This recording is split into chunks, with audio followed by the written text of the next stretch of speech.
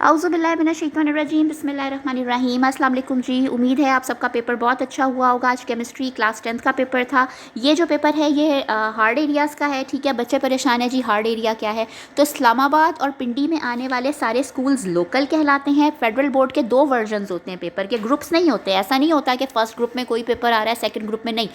पूरे पाकिस्तान में एक ही टाइम पे पेपर कंडक्ट किया जाता है। ठीक है, एक ही टाइम में पेपर होता है, लेकिन पेपर के 2 वर्जन होते हैं, लोकल और हार्ड। इस्लामाबाद और पिंडी के बच्चों को, स्टूडेंट्स को लोकल आता है, यानी उनको लोकल एरिया में कहा जाता है, क्योंकि वो इस्लामाबाद में है इसलिए उनको लोकल कहा जाता है। और बाकी रेस्ट ऑफ द पाकिस्तान, चाहे आप APS में हैं, चाहे आप रेंजर्स में हैं, आप बहरिया में हैं, किसी भी उससे आपका ताल्लुक है, आप अगर इस्लामाबाद और पिंडी में नहीं हैं तो आपको हार्ड आएगा और ओवरसीज़ को भी हार्ड आएगा।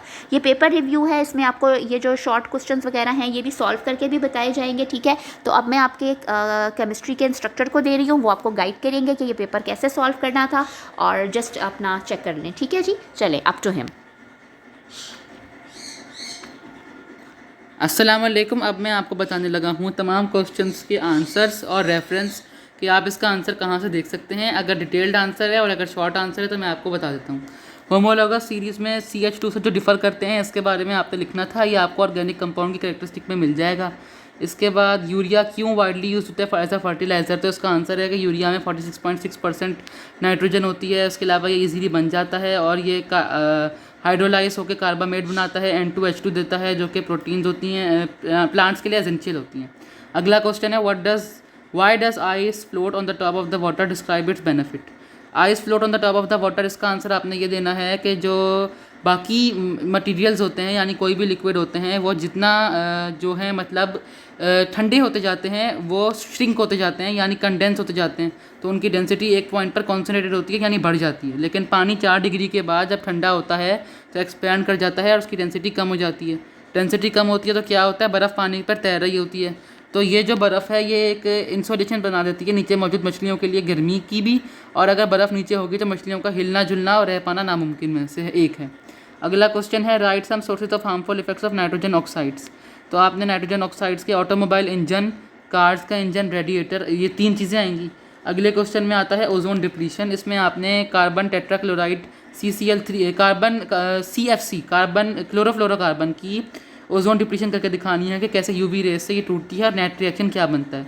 अगले सवाल में आपने 3 सोर्सेज ऑफ लिपिड्स लिख देने हैं, सेल्मन, मैकरल, मिल्क, चीज़ वगैरह जो भी। उससे अगले क्वेश्चन पर आते हैं। तो classify the following as Lewis acid और लेविस बेस। तो NH3 आपका बेस है, Ag पॉजिटिव आपका लेविस एसिड है, H2S आपका लेविस बेस है, AlCl3 आपका लेविस एसिड है, Cl पर माइनस आपका लेविस बेस है, FeCl3 आपका लेविस एसिड है।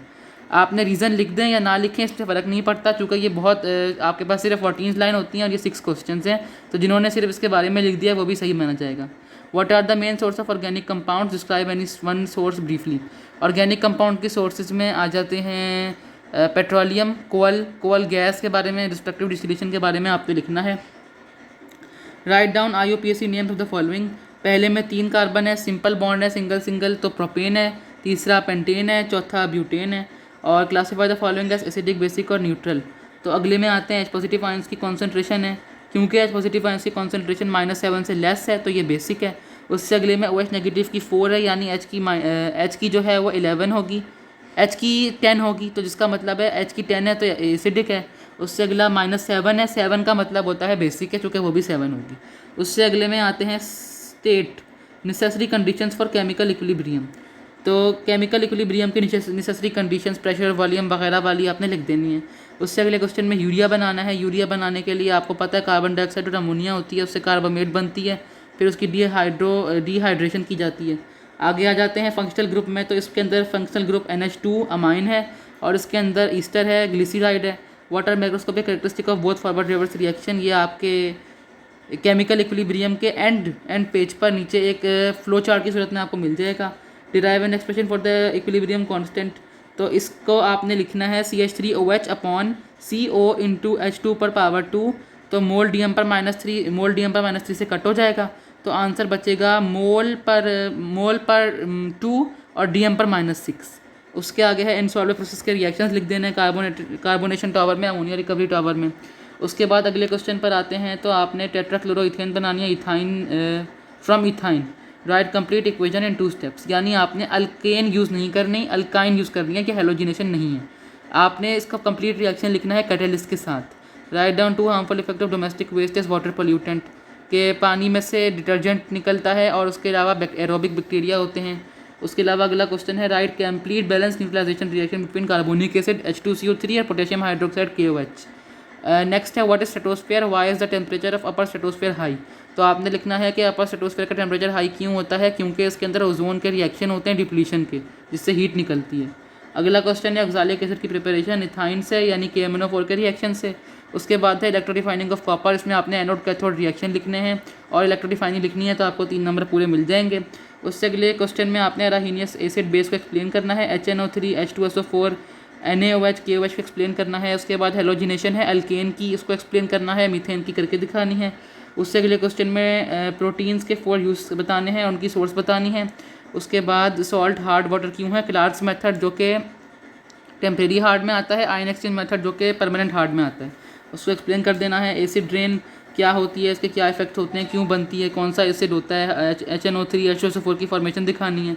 फ्रैक्शनल डिस्टिलेशन में 3 फ्रैक्शंस लिखनी है, उनके पेट्रोलियम के यूज़ लिखने हैं और उनके बारे में लिख दें। वैसे पूछा नहीं है लेकिन अगर लिख दें तो ज़्यादा नंबर मिल जाएंगे। Describe the importance of vitamins, vitamins के बारे में लिखेंगे, विटामिन्स के नाम, उनके यूज़, सोर्सेज और कैरेक्टरिस्टिक्स। उसके बाद है describe any 2 water borne disease, कोई सी भी कॉलरा, हेपाटाइटिस वगैरह। Thank you.